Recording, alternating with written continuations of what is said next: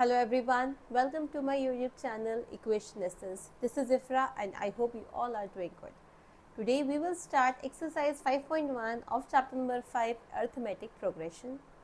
We have done the introductory part of arithmetic progression, so if you are watching this video, please watch our introductory video first. So let's start question number 1. Which of the following situation does a list of numbers involved make an AP? AP means arithmetic progression and y. इनमें से बताना है, ये situations एक एक कर मैं लिखूंगी, उसमें से आपको बताना है कि कौन सी सिचुएशन जो है वो अरिथमेटिक प्रोग्रेशन बना रही है और क्यों बना रही है. तो first part is the taxi fare after each kilometre when the fair is ₹15 for the first kilometre and ₹8 for each additional kilometre. First kilometre में कितने पैसे लेती है वो? ₹15 देती है. एडिशनल किलोमीटर मतलब सेकेंड किलोमीटर के लिए ₹15 plus ₹8. Next 3 kilometre, first second third, ₹15 plus ₹8 plus ₹8 और ऐसे ही 8 ऐड होते जाएंगे. मतलब फर्स्ट टर्म हमारे क्या आ गई? फर्स्ट टर्म हमारी आ गई है ₹15.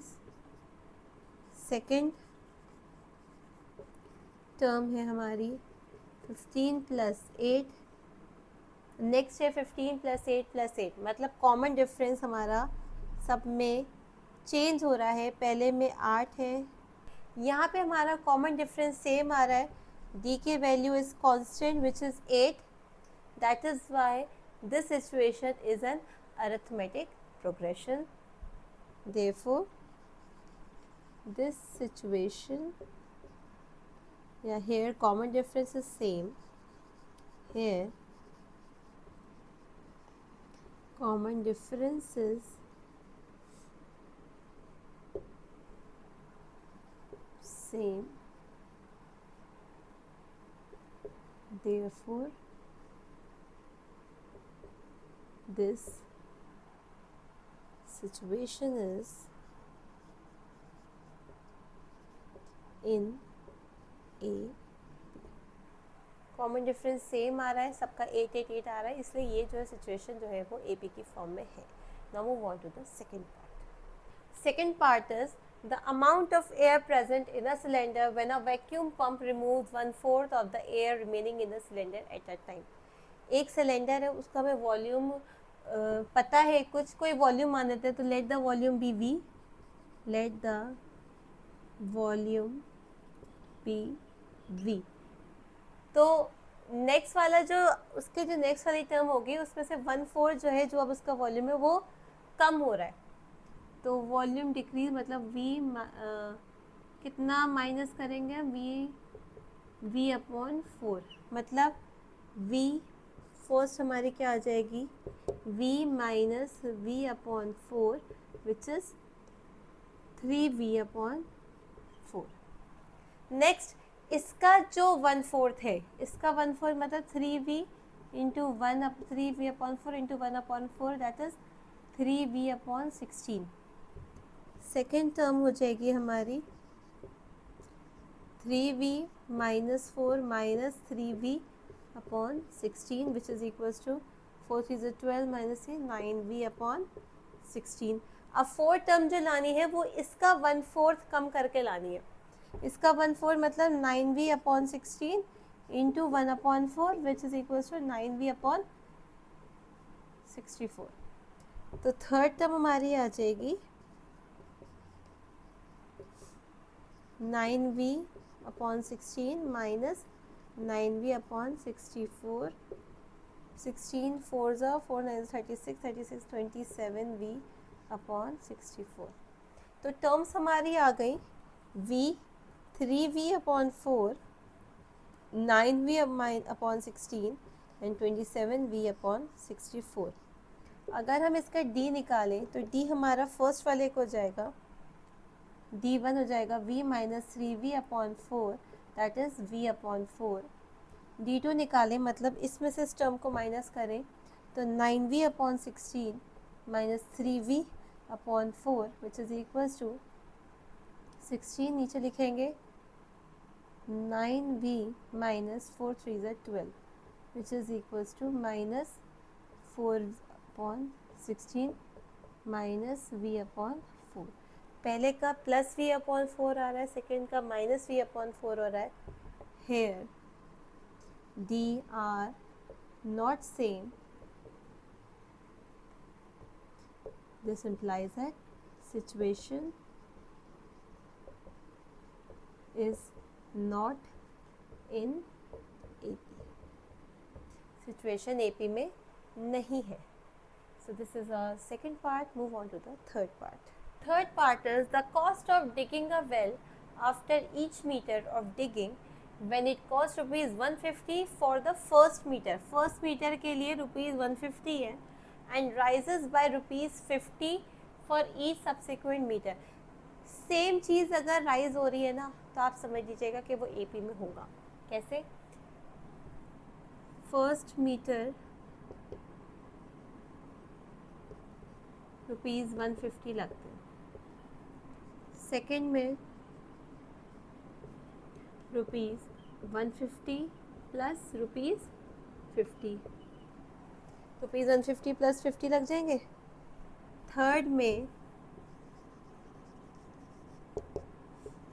रुपीज़ 150 प्लस 50 प्लस 50, इसका सम 200, इसका सम 250।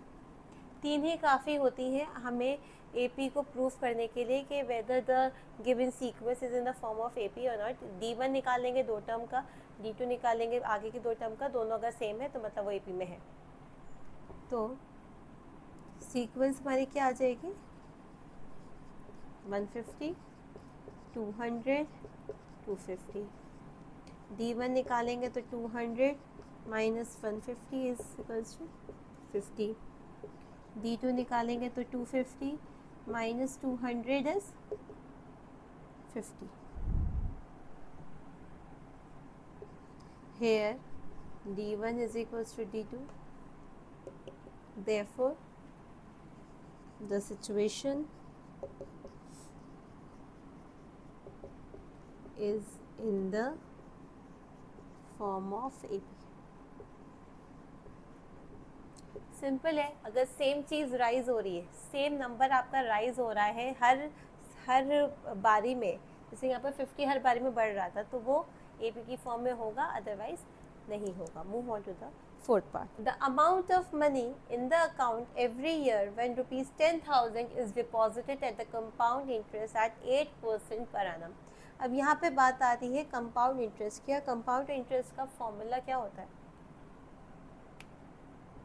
कंपाउंड इंटरेस्ट का फॉर्मूला होता है P1 plus R upon 100N, where P principal,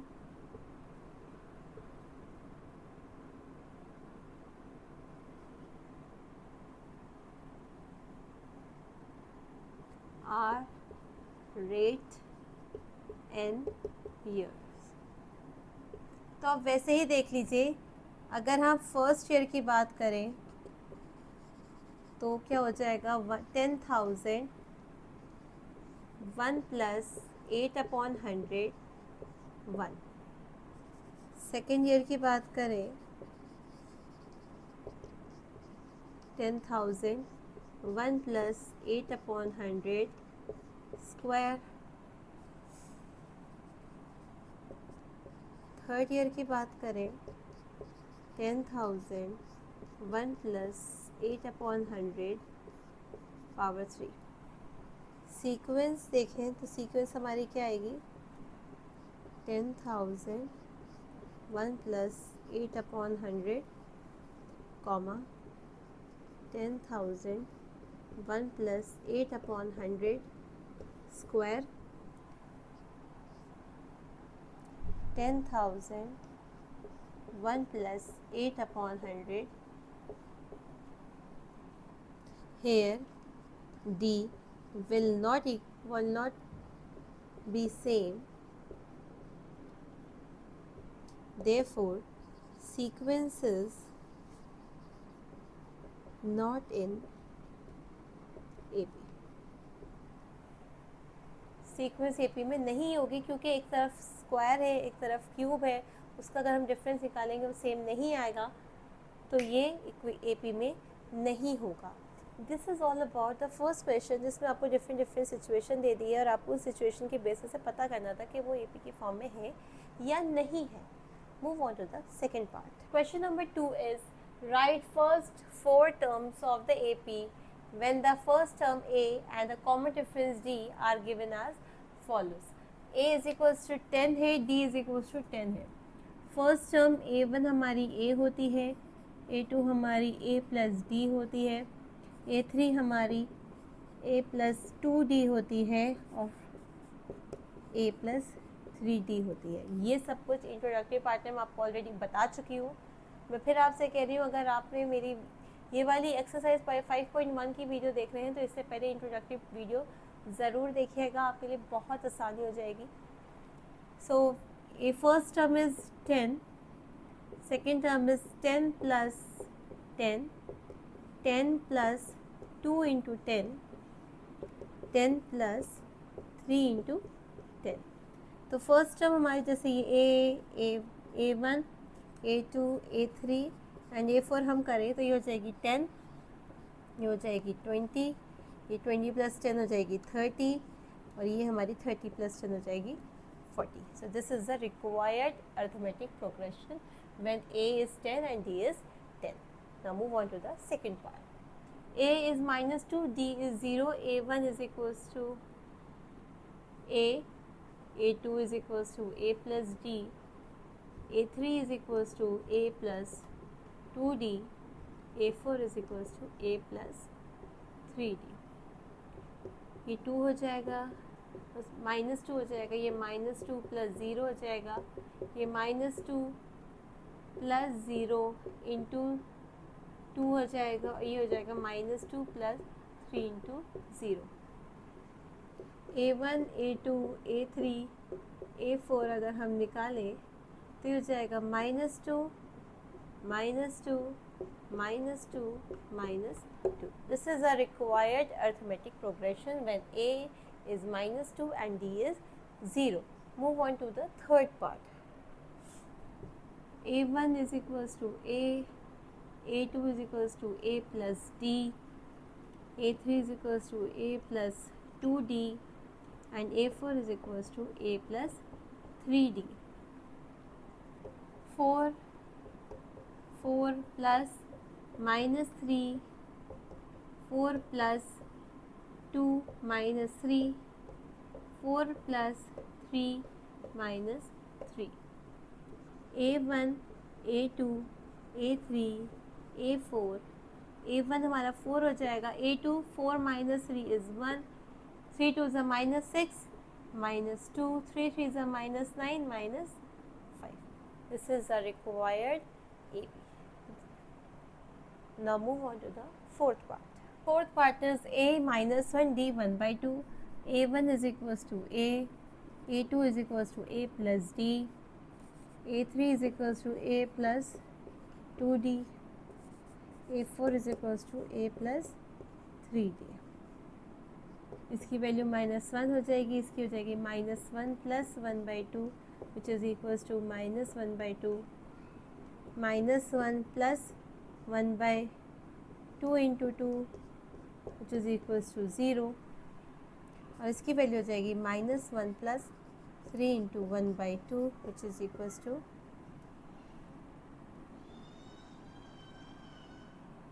1 by 2. Required AP is minus 1 comma minus 1 by 2 comma 0 comma 1 by 2. This is a required arithmetic progression. The fifth part is A is minus 1 by 2. A is minus 1.25. A1 is equals to A which is equals to minus 1.25. A2 is equals to A plus D minus 1.25 plus minus 0.25 is equals to minus 1.50. A3 is A plus 2D minus 1.25 plus 2 into minus 0.25, 1.25 plus minus plus minus 5 2's 10, which is equals to minus 1.75, and A4 is A plus 3D, which is equals to 1.25 plus 3 into 0.25, minus 1.25 minus 5 3s are 15, 3 2s are 6, 1 7, minus minus plus, sign minus का ही रहेगा, minus 2.0. Required AP is minus 1.25 minus 1.50 minus 1.75 minus 2.00. So this is a required AP. With this I am going to end question number 2. Now move on to question number 3.